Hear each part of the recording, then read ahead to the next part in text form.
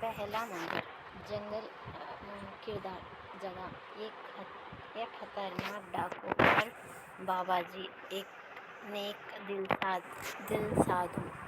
جنگل کا منظر صبح کے وقت ہے۔ بابا جی کے کندھے پر ایک چولہا لٹکا ہوا ہے، ہاتھ میں ایک کمنڈال ہے، چہرے پر سکون ہے۔ وہ دھیرے دھیرے چلتے ہوئے آتے دکھائی دیتے ہیں۔ ان کی کھٹوؤں کی آواز سنائی دیتی ہے، کھٹک کھٹک کھٹک کھٹک۔ ایک پیڑ کی آڑ سے جاگا ڈاکو نکلتا ہے۔ اس کی شکل ڈراؤنی ہے، ایک ہاتھ میں تلوار ہے۔ جاگا: رک جاؤ بابا جی، رک کر پیچھے دیکھیں۔ کیا بات ہے بچے؟ جاگو: میرا نام جاگا ڈاکو ہے بابا جی۔ خوش رہو بچے، کیا چاہتے ہو؟ جاگا: جو کچھ تمہارے پاس ہے نکال کر یہاں رکھ دو۔ بابا جی ہنس کر: جاگا بیٹا، ہمارے پاس دھن دولت کہاں، ہم تو سادھو سنت ہیں۔ کچھ کپڑے لٹا اور ہاں چند سکے ہیں، تم شوق سے لے سکتے ہیں، لیکن میرا ایک سوال ہے، کیا تم جواب دو گے؟ جاگا: وہ کیا ہے؟ بابا جی تم انسانوں کو کیوں لوٹتے ہیں؟ جاگا: بہت سیدھا سا جواب ہے، میرے بیوی بچے ماں باپ ہیں، ان کا پیٹ بھرنے کے لیے۔ بابا جی لیکن بیٹا جاگا، کیا تم نے کبھی یہ بھی سوچا کہ انسانوں کو ستانا، لوٹنا، مارنا پاپ ہے، اور تم کو اس پاپ کی سزا اگر اس دنیا میں نہیں تو دوسری دنیا میں ضرور ہی ملے گی، اور صرف تم کو ہی ملے گی؟ جاگا: صرف مجھے ہی کیوں، میرے ماں باپ اور بیوی بچے بھی اس پاپ میں برابر کے حصے دار ہیں۔ بابا جی لیکن ان برے کاموں کے تم اکیلے ہی ذمہ دار ہیں۔ جاگا: واہ، یہ کیسے ہو سکتا ہے؟ جن کے لیے میں لوٹ مار کرتا ہوں وہ بھی تو اس سزا کے ذمہ دار ہوں گے۔ بابا جی یہی تو تمہاری بھول ہے، تم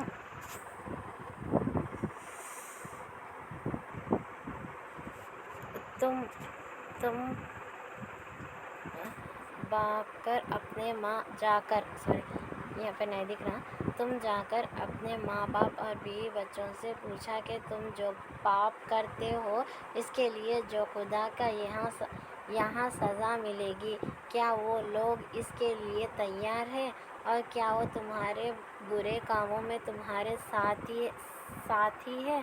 جاگا ہنستا ہے: خوب ترکیب بتائی تم نے بابا جی، یعنی میں جب تک گھر جا کر واپس آؤں تو تم 9-2-11 ہو جاؤ۔ تم جاگا کو دھوکہ نہیں دے سکتے۔ بابا جی نہیں جاگا بیٹا، میں تمہیں دھوکہ نہیں دے رہا ہوں، میں تمہارے بھلے کے لیے ہی کہہ رہا ہوں۔ اچھا تم ایسا کرو کہ میرے ہاتھ پیر باندھ دو تاکہ میں کہیں بھاگ نہ سکوں۔ جاگا سوچتا ہے: اچھی بات ہے بابا، شاید تم ٹھیک کہتے ہو، آج یہ بھی فیصلہ ہو جائے کہ کون سچا ہے۔ جاگا بابا جی کو ایک پیڑ سے باندھ دیتا ہے اور چلا جاتا ہے۔ دوسرا منظر: وہی جگہ ہے، بابا جی ایک پیڑ سے باندھے ہوئے نظر آتے ہیں۔ جاگا آتا ہوا دکھائی دیتا ہے، وہ چپ چاپ ہے، بابا جی کے ہاتھوں پیروں کی رسیاں کھولتا ہے۔ بابا جی کیا ہوا بچے، تم نے پوچھ لیا؟ اپنے خاندان والوں نے کیا جواب دیا؟ جاگا: بابا جی اب تک میں بڑے دھوکے میں تھا، لیکن آج میری آنکھیں کھل گئی.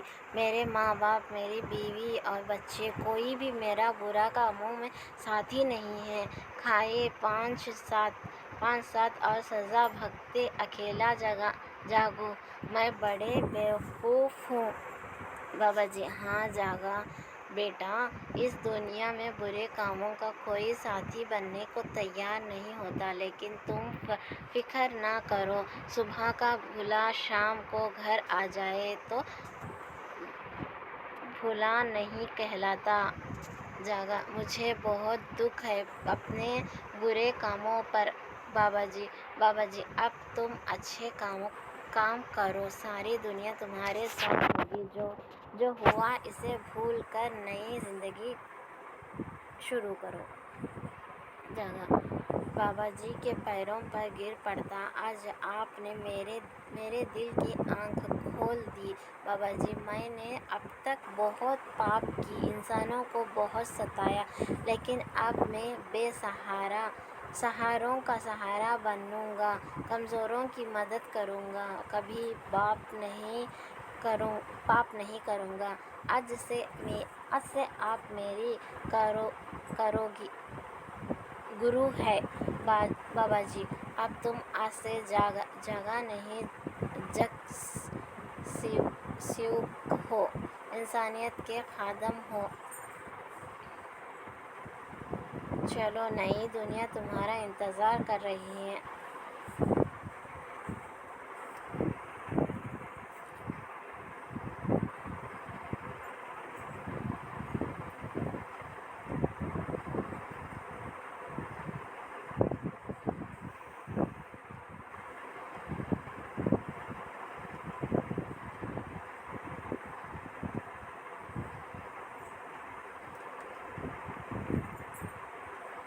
الفاظ کے معنی اور سب ایک ویڈیو میں ہے، آپ دیکھ سکتے ہو. الفاظ کے معنی اور ضد، اپوزٹس اور مترادف الفاظ 5th 6th 7th کے ایک ہی ویڈیو میں ہے.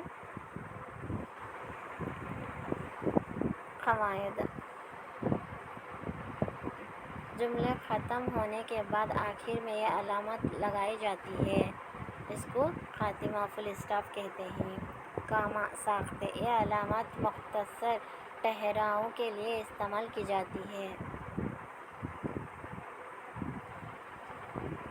وقفے سیمی کولن: یہ علامت طویل ٹھہراؤ کے لیے استعمال کی جاتی ہے.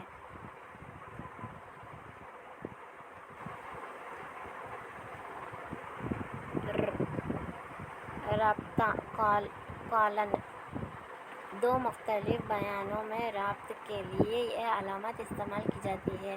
مثلاً آندھرا پردیش کے اہم دریا بول کے کولن لگاتے ہیں نا، اس کو. سوالیہ کوشچن مارک: یہ تو آپ کو معلوم ہے.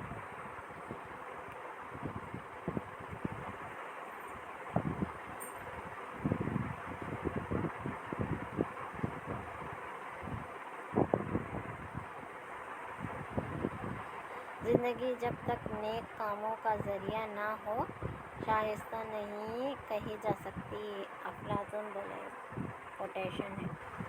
بچوں ہمت نہ ہارو.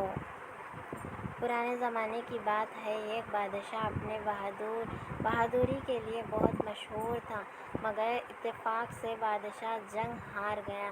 ہمت ہار کر ایک غار میں جا کر چھپ گیا، مگر وہ بہت دکھ تھا اور اپنی حکومت دوبارہ حاصل کرنے کی فکر میں تھا. وہ غار میں بیٹھا سوچ رہا تھا. اچانک بادشاہ کی نظر ایک چمٹی پر پڑی.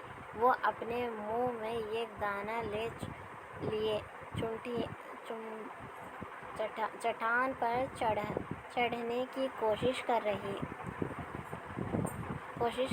تھی، مگر چمٹیاں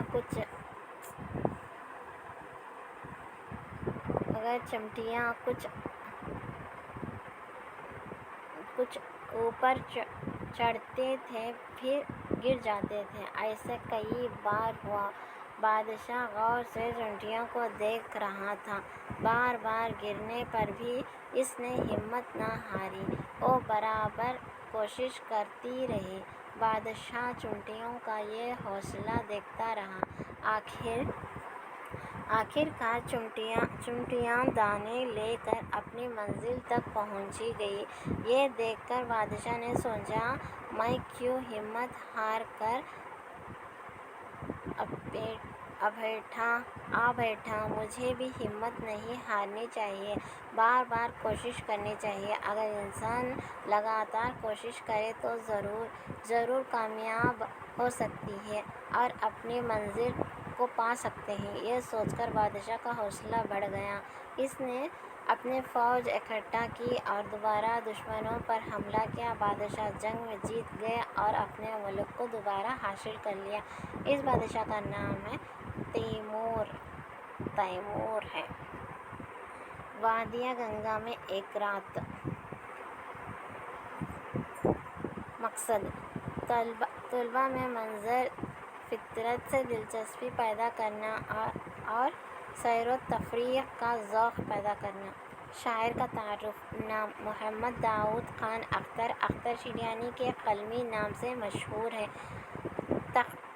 تخلص: اختر۔ پیدائش 1905، ریاست ٹونگ، راجستھان میں۔ وفات 1924 پر 8۔ شاعری مجموعہ صبح بہار۔ اختر ستان، لالے طور، تویر آوارہ، نغمے حرام، پھولوں کی گیت۔ وادی گنگا میں ایک رات۔ کرتے ہیں مسافر کو محبت سے اشارے، اے وادی گنگا تیرے شاداب نظارے، اے نکھرے ہوئے پھول، اے بکھرے ہوئے تارے، خوشبو سے مہکتے ہوئے دریا کے کنارے، اے چاندنی رات اور یہ پرخواب فضائیں۔ ایک بار پڑھ لیجیے آپ۔ 1 سیکنڈ رکھوں گی، پڑھ سکتے آپ۔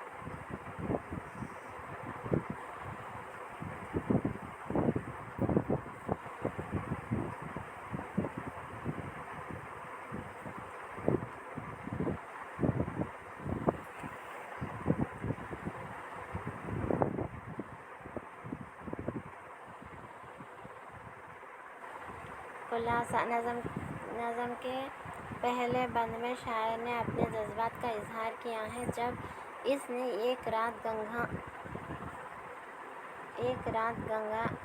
گنگا کی وادیوں میں گزار رہی تھی۔ شاعر کہتے ہیں کہ گنگا کی وادی میں بکھرے ہوئے پھول ہیں، رات میں آسمان پر بکھرے ہوئے تارے ہیں اور دریا کے کنارے پھولوں کی خوشبو سے مہکے ہوئے یہ تر و تازہ نظرے گویا مسافروں کو اپنی طرف بلاتے ہیں۔ نظم کے دوسرے بند میں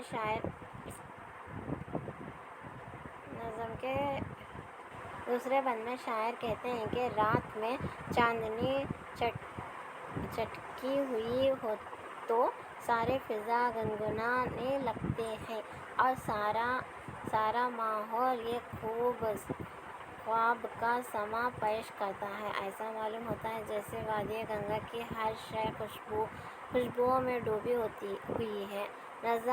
نظم کے تیسرے بند میں وادی گنگا کی منظر کشی بہت ہی خوبصورت انداز میں کی گئی ہے۔ ایسا لگتا ہے جیسے نیند کی دھن لگی میں ہوئی جاگ رہی ہے، یعنی ہوا کے سبق خرامی اپنے جاگنے اور چلنے کا ثبوت پیش کر رہی ہے۔ پھولوں کے بن میں پھولوں سے لدی موتیوں لڑتی ہوائیں دھیرے دھیرے چل رہی ہے، یا پھر ایسا محسوس ہو رہا ہے گویا چاندنی کے نور میں ڈوب کر ہوائیں سرشار ہو گئی ہیں، خوشیاں وہ اپنے بال کھولے ہوئے ہیں اور سارے ماحول پر چھا گئی ہیں۔ اس نظم کے آخری بند میں شاعر نے وادی گنگا کی جس طرح عکاسی کی ہے وہ نہایت قابل تعریف ہے۔ یہ ریگستان ایسا لگ رہا ہے جیسے چاند ستاروں، جنت کی بہاروں یا سوے سوے نظاروں کے خوابگاہ ہو۔ شاعر اس منظر سے متاثر ہوتا ہے اور آرزو کرتے ہیں کہ یہ رات وادی گنگا میں گزارا دے۔ عمل مشق اذاں پر اذاں مرغ دینے لگا، خوشی سے ہر ایک جانور بولتا ہے، درختوں کے اوپر عجب چہچہا ہے، سہنا ہے وقت اور ٹھنڈی ہوا ہے۔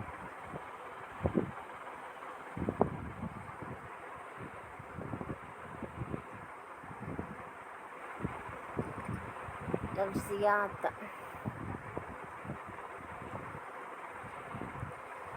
میننگس دوسرے ویڈیو میں ہے۔ تھرڈ، ففتھ، سکستھ، سیونتھ کے میننگس، اپوزٹ، واحد اور جمع، مترادف الفاظ سب ایک ہی ویڈیو میں ہے۔ Fifth class, sixth class, seventh class کے دیکھ سکتے ہیں آپ۔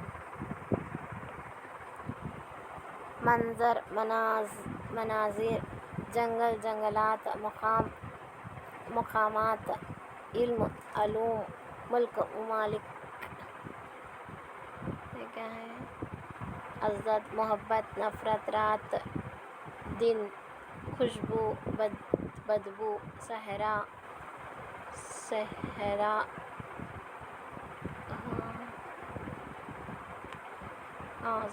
گلشن، جنت، دوزخ۔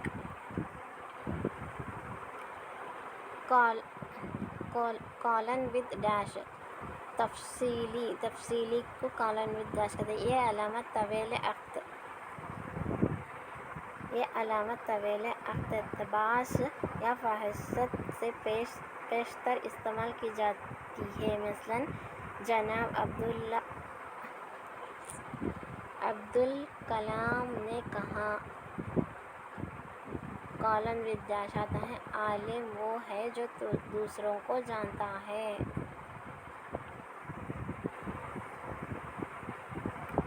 علامہ فجائیہ، ایکسکلیمیٹری مارک، شاباش، جو متکلم اپنے دلی جذبات کا اظہار کرتے تو یہ علامت استعمال کی جاتی ہے۔ شاباش، واہ واہ، ایسا۔ بریکٹ، قوسین، کسی عبارت یا الفاظ کے توسین و تشریح کو قواسین میں لکھا جاتا ہے۔ شاہ جہاں، مغل شہنشاہ نے تاج محل کی تعمیر کی۔ وویین، انورٹڈ کاما، جو بٹو کاماز رہتے ہیں انورٹڈ کاما اس کو، جب کسی کا قول ان ہی کے الفاظ میں لکھنا ہوتا ہے تو وویین استعمال کرتے ہیں۔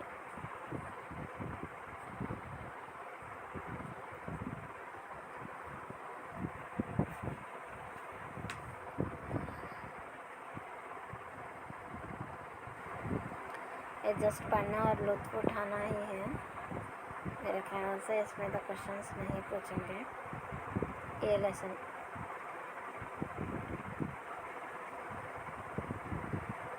ساوتری بائی پھولے۔ مقصد ہے نیچے طبقے کی خواتین میں علم کا شوق اور جذبہ پیدا کرنا اور ان کی تعلیمی حقوق پر زور دینا اس سبق کا اہم مقصد ہے۔ ساوتری بائی کے آثار اور قربانیوں کا ذکر اور علم حاصل کرنے کے لیے ان کے پیغام کو عام کرنا اس سبق کی دیگر مقصد ہے۔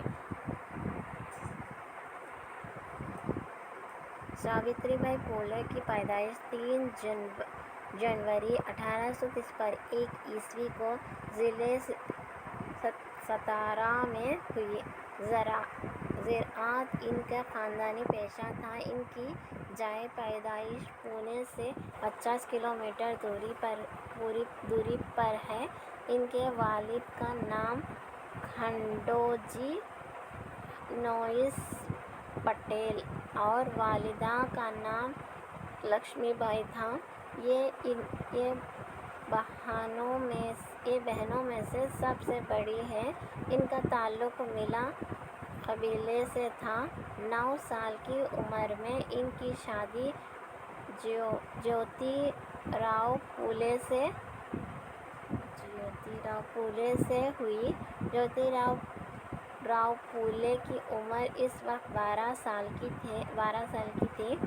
ان کو کوئی اولاد نصیب نہیں ہوئی تو انہوں نے ایک بیاہ برہمن عورت کے بچے یشونت رائے کو گود لیا۔ ساوتری بائی پھولے نے اپنی شادی کے وقت تک کوئی تعلیم حاصل نہیں کی کیونکہ برہمنوں نے نچلے طبقے کے لوگوں کی تعلیم پر پابندی لگا دی تھی۔ جیوتی راؤ بھی نچلے طبقے سے تعلق رکھتے تھے۔ ان کا اسکول میں داخلہ ممنوع قرار دیا گیا تھا۔ ایک دن اتفاق سے انہوں نے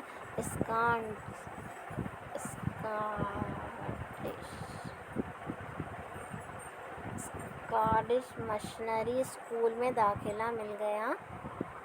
وہاں پر انہوں نے 7ویں جماعت تک تعلیم حاصل کی۔ اس کے بعد جیوتی راؤ نے ساوتری بائی کو گھر پر ہی تعلیم دینی شروع کی۔ اپنے شوہر سے تعلیم حاصل کرنے کے بعد ساوتری بائی پھولے بہت دوست احباب میں تعلیم جاری رکھنے کے لیے قدم آگے بڑھائے۔ وہ احمد نگر میں ٹیچر ٹریننگ مکمل کرنے کے بعد عورتوں کے درس و تدریس میں مصروف ہو گئے۔ اس سلسلے میں اپنے شوہر کی مدد سے 1848 میں نچلے طبقے کی لڑکیوں کو تعلیم ترتیب دینے کے لیے پونے میں اسکول کی بنیاد ڈالی۔ اس طرح وہ ہندوستان کی پہلی معلمہ خاتون بنی۔ اعلیٰ طبقے کے لوگوں کو ان کا اسکول قائم کرنا ناگوار گزرا۔ ان کے قائم کردہ اسکول کو نصب و نابود کرنے کے لیے کئی طرح کی کوشش کی۔ ان پر کچرا اچھالا گیا، بدکلامی کی گئی اور ان پر پتھروں کیا گیا۔ ساوتری بائی پھولے نے ان تمام تکلیفوں کو برداشت کیا اور اپنے مقصد پر قائم رہے اور اپنی جدوجہد جاری رکھی۔ ساوتری بائی پھولے حسب معمول سماجی خدمات انجام دے رہے تھے۔ ایک بار ملک میں طاعون کی وبا پھیل گئی۔ کئی لوگ ہلاک ہو گئے۔ لوگ گاؤں چھوڑ کر جنگل اور صحرا کا رخ اختیار کرنے لگے، لیکن ساوتری بائی پھولے نے بالکل بے خوف ہو کر وبا کا شکار ہونے والے لوگوں کی خدمت کے لیے کم بستے ہو گئے اور وہ بھی اس بیماری کا شکار ہو گئیں۔ آخر کار 10 مارچ 1847 کو ان کا انتقال اس بیماری میں ہوا۔ حکومت ہند نے ان کی خدمات کو مدنظر رکھتے ہوئے ان کی یاد میں 1949 کو یادگار ٹکٹ جاری کیا۔ ان کی یوم پیدائش 3 جنوری کو قومی یوم خواتین اساتذہ نیشنل ویمنس ٹیچرز ڈے منایا جاتا ہے۔ 3 جنوری کو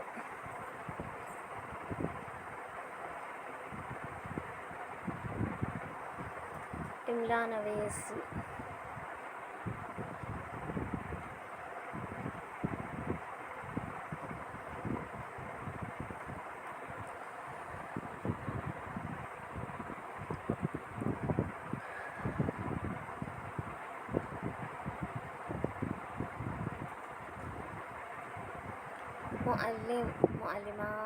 معلمین ضلع اضلاع قبیلہ قبائل مصروفیات تکالیف اختیارات اپوزٹ پھول کانٹے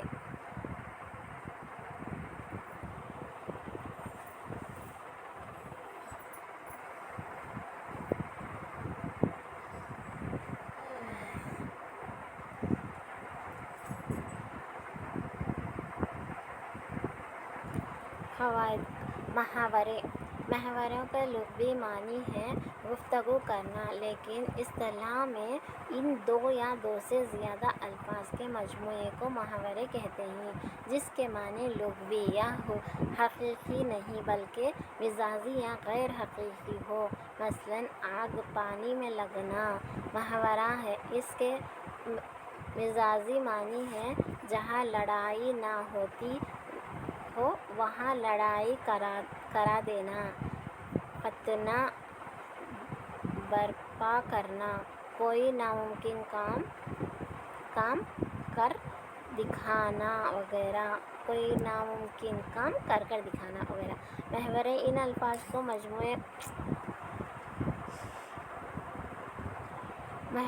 الفاظ کے مجموعے کو کہتے ہیں جو حقیقی معنی کے بجائے مجازی معنی میں مستقل ہوں۔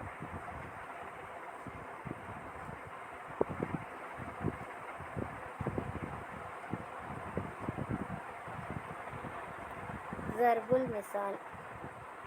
المثال کو کہاوت بھی کہتے ہیں، کہاوت کو ضرب المثال بھی کہتے ہیں۔ یہ سینکڑوں سال کے تجربات، مشاہدات اور واقعات کے حقائق کی بنیاد پر استعمال کیے ہوئے وہ مخصوص جملے ہیں جو مخصوص موقعوں پر بار بار ادا ہوتے ہیں۔ مثلاً ناچ نہ جانے انگن ٹیڑھا، 900 چوہے کھا کے بلی حج کو چلی، الٹا چور کو طوال کو ڈانٹے، اونچی دکان پھیکا پکوان۔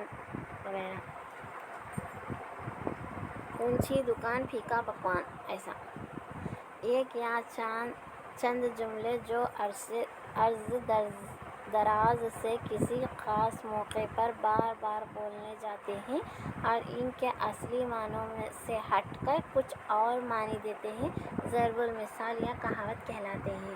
ضرب المثال کی پشت کوئی حکایت، تاریخی واقعہ، مذہبی عقیدہ، تجرباتی نظریہ، مشاہدات یا سماجی رسم و رواج کی کچھ قدریں پوشیدہ ہوتی ہیں۔ ضرب المثال پورا جملہ ہوتا ہے جو اضافی جملوں کے بغیر بھی پورا مفہوم ادا کرتا ہے۔ ضرب المثال میں بھی کوئی تبدیلی ممکن نہیں۔ روزمرہ کے لغوی معنی ہیں ہر روز کی گفتگو، بول چال وغیرہ۔ اصطلاح میں ان الفاظ یا جملوں کو روزمرہ کہتے ہیں جو ہر روز کی زندگی میں بولے جاتے ہیں، جن کو اہل زبان نے اپنے تحریر اور تقریر میں اپنایا ہوا۔ روزمرہ کے الفاظ ان کے اصلی معنوں ہی میں استعمال ہوتے ہیں۔ ان جملوں کو غور سے پڑھیے۔ ہمارا روز کا یہ معاملہ ہے، بار بار کیوں ستاتے ہو؟ 2-4 دن میں آپ کا قرض ادا کر دوں گا۔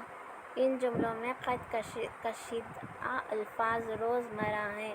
روزمرہ میں بھی کوئی تبدیلی ممکن نہیں۔ روزمرہ الفاظ کی ایک خاص قسم کی ترتیب ہے جن کو اہل زبان نے اپنا لیا ہے۔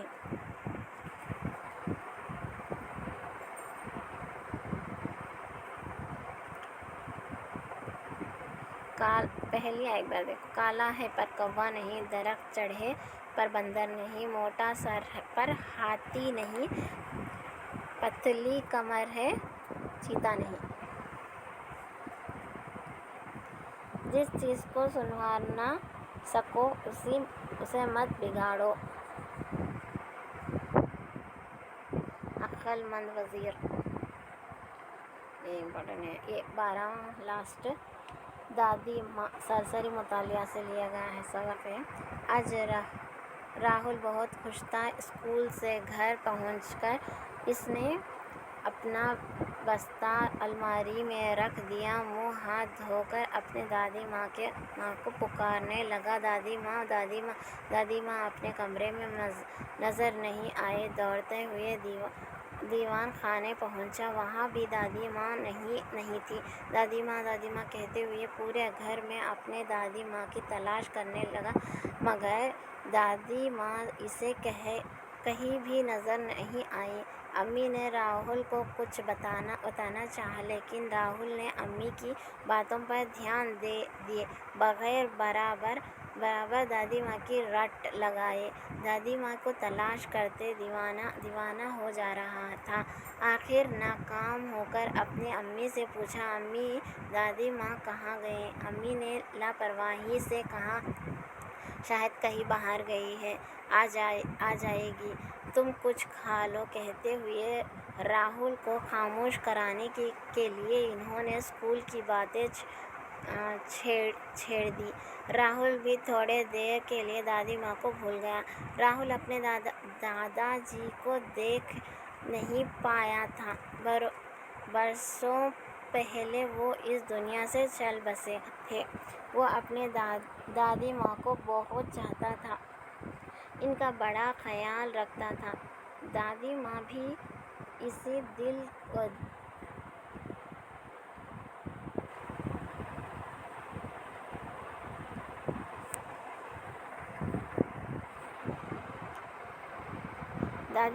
کو بہت چاہتا تھا، اس کا بڑا خیال رکھتا تھا۔ دادی ماں بھی اسے دل و جان سے چاہتے۔ وہ جہاں بھی جاتے اپنے پوتے کے لیے کچھ نہ کچھ ضرور لاتے۔ راہل اپنی دادی ماں سے کہانی سنے بغیر کبھی سوتا ہی نہ تھا۔ دادی ماں کو بھی راہل کے سونے تک نیند نہ آتی۔ راہل کو دیکھ کر ان کے سانسوں میں تازگی آ جاتی، ایسا لگتا تھا کہ وہ اپنی باقی زندگی راہل ہی کے لیے گزار رہی ہوں۔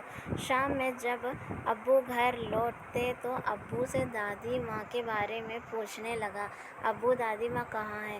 صبح سے نظر نہیں آ رہی ہیں۔ امی کہتی ہے باہر گئی ہیں، مگر وہ لوٹی ہی نہیں۔ ابو مجھے دادی ماں کے پاس لے چلیں نا پلیز۔ ابو نے بھی گول مول جواب دیا، ادھر ادھر کی باتیں چھیڑ دی،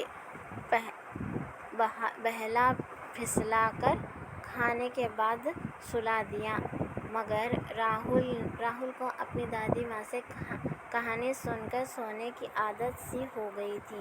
وہ دادی ماں کے بارے میں سوچتے ہوئے بستر پر پڑ رہا۔ صبح اٹھتے ہی وہ پھر دادی ماں کے بارے میں امی سے پوچھنے لگا، مگر امی بات ٹالتے ہوئے اسکول کے لیے تیار کرنے لگی۔ جیسے تیسے راہل تیار ہو کر اسکول چلا گیا۔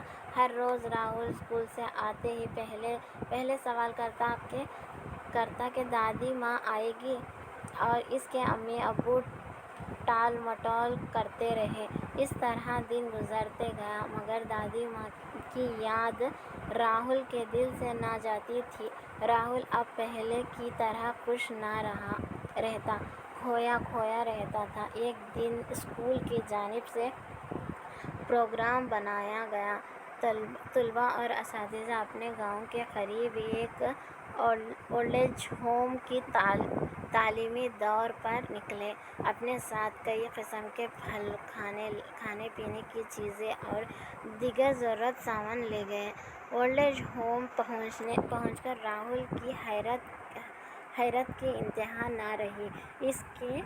اس کا اوزان ختم ہو گئی۔ وہ اپنے ساتھیوں سے ایک دم سے الگ ہوا اور بھاگ کھڑا ہوا۔ سامنے اسے اپنی دادی ماں جو نظر آ رہی تھی۔ دادی ماں پکارتے ہوئے دوڑتے ہوئے وہ اپنے دادی ماں سے جا کر لپٹ گیا۔ دادی ماں راہل کی آواز سننے اور اسے دیکھنے کے لیے کب سے بے تاب تھی۔ راہل کو گلے لگاتے ہوئے دادی ماں کے سارے غم دور ہو گئے۔ دونوں بے اختیار رونے لگے۔ دادی ماں نے راہل کا ماتھم چوما، سر سے ہاتھ پھیرا، دعائیں دیں۔ یہ منظر دیکھ کر اساتذہ اور طلباء کی آنکھیں بھر آئیں۔ اب راہل کو معلوم ہوا کہ اس کے ابو اور امی دادی ماں کے بارے میں خاموش کیوں رہ جاتے تھے اور اسے کوئی بات نہیں بتاتے تھے۔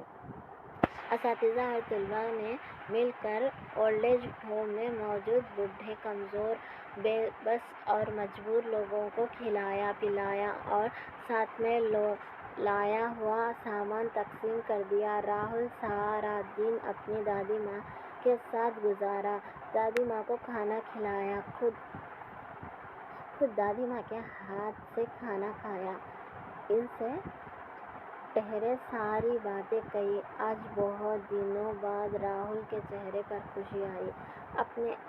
ایسا اپنی دادی ماں کو چھوڑ کر جانا بالکل بھی پسند نہیں تھا، مگر وہ اپنے اساتذہ کے کہنے پر وہاں سے چلا آیا۔ گھر پہنچ کر راہل اپنے والدین کو ہر موقع پر دادی ماں کی محبت اور ان کی کمی کا احساس دلاتا رہا۔ وہ بڑا فکر مند رہا کرتا کہ کسی طرح دادی ماں کو گھر واپس لا جائے۔ اسکول ڈے کے موقع پر راہل کے اسکول میں طرح طرح کے مقابلے منعقد کیے گئے۔ راہل نے ڈرائنگ کے مقابلے میں حصہ لیا اور جان بوجھ کر ایک خوبصورت گھر کی تصویر بنائی۔ اس پر اسے پہلا انعام حاصل ہوا۔ گھر پہنچ کر انعام اور تمغیر کو ایک طرف رکھ دیا اور اپنے کمرے میں چلا گیا۔ امی اور ابو نے جب انعام دیکھا تو بہت خوش ہوئے اور راہل کو خوش کرنے کی کوشش کرنے لگے۔ امی ابو کہنے لگے، بہت خوش ہوئی، شاباش بیٹا، انعام مبارک ہو، مگر راہل خاموش رہا۔ ابو نے کہا، راہل وہ خوبصورت تصویر ہمیں نہیں دکھاؤ گے؟ راہل لاپرواہی سے تصویر نکال کر اپنے امی ابو کو دکھایا۔ تصویر دیکھ کر ابو کہنے لگے، بہت خوب، لاجواب تصویر ہے، اور پوچھا، راہل بتاؤ کہ اس میں ہمارے لیے کون سا کمرہ ہے؟ راہل بے ساختہ کہنے لگا، یہ تو میرا گھر ہے، اس میں صرف میں رہوں گا، میں آپ لوگوں کو اولڈ ایج ہوم چھوڑ آؤں گا جہاں دادی ماں رہتی ہے۔ راہل کا جواب سن کر امی ابو کے ہوش اڑ گئے۔ تھوڑی دیر کے لیے وہ گنگ رہ گئے۔ اب انہیں احساس ہوا کہ جانے انجانے میں انہوں نے کتنی بڑی غلطیاں کر دی۔ جیسے ہی انہیں اپنی غلطی کا احساس ہوا، وہ فوراً اولڈ ایج ہوم پہنچے، دادی ماں کے قدموں میں گر گئے، معافی مانگی، منت سماجت کر کے دادی ماں کے گھر واپس لائی۔ دادی ماں کے گھر لوٹتے ہی راہل کو ایسا لگا جیسے جنت کی بہاریں لٹ آئیں۔ راہل کے والدین اپنی غلطی سے توبہ کرتے ہی دادی ماں کی خدمت دل و جان سے کرنے لگے۔ اب دادی ماں ہی ان کے لیے سب کچھ تھے۔ دادی ماں کی موجودگی سے گھر جنت نشان بن گئی۔ خوبیاں قربانیوں سے پیدا ہوتی ہیں۔ فراہم، یہ تو ویڈیو ختم شدہ، 6th کلاس کمپلیٹ ہو چکا ہے، اور نیکسٹ ویڈیو میں ملیں گے ہم سب۔ لائک شیئر سبسکرائب کرنا مت بھولنا، اور یہ سب ویڈیو آپ 1 سے 2 بار سن لیجئے، بس اس کے کردار، ان کے نام آپ کو یاد رہیں گے تو ضرور آپ کو 1 یا 2 بٹ کردار کے ناموں سے آئے گا انشاءاللہ۔ DSC اور ٹیٹ میں کامیاب ہو جائیں گے، دعا ہے اور دعا کی گزارش۔ اللہ حافظ۔